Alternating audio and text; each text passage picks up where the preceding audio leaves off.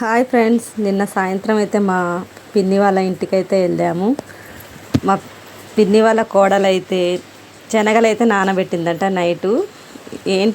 ఈ శనగలు నానబెట్టినవి ఏంటి అని అంటే, గారెలు వేద్దామని నానబెట్టాను వదిన అన్నది. శనగలతో గారెలు వేయటం అయితే నేను ఎప్పుడు చూడలేదు. సరే ఒకసారి అయితే ట్రై చేస్తానని, నేను ఫస్ట్ టైం ట్రై చేస్తున్నా వదిన అని అయితే అన్నది. అయితే వాటికి కావాల్సిన పదార్థాలు ఏంటి అని అయితే అడిగాను. ముందుగా శనగలు ఒక నైట్ అయితే నానబెట్టుకుందంట. నానబెట్టుకొని మిక్సీ జార్లో వేసుకొని పచ్చిమిర్చి, ఉల్లిగడ్డ,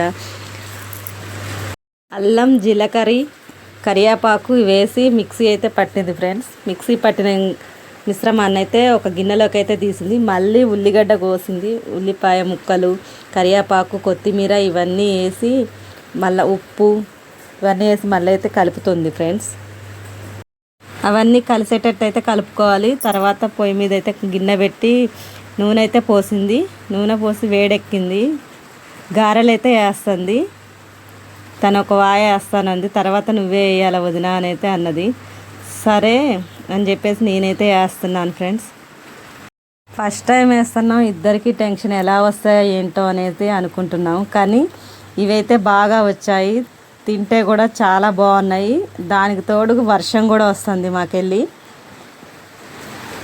సాయంత్రం పూట చక్కగా టీలో వేడివేడిగా గారెలు వేసుకొని ఇలా తింటా ఉంటే చాలా బాగుంది ఫ్రెండ్స్. కానీ నేనైతే టీ అయితే తాగను, అందువల్ల నాకైతే గారెలే ఇచ్చింది. సపరేట్గా గారెలే తిన్నాను నేనైతే. ఓకేనా ఫ్రెండ్స్, ఈ వీడియో కనుక నచ్చినట్టయితే లైక్ చేయండి. Okay, bye.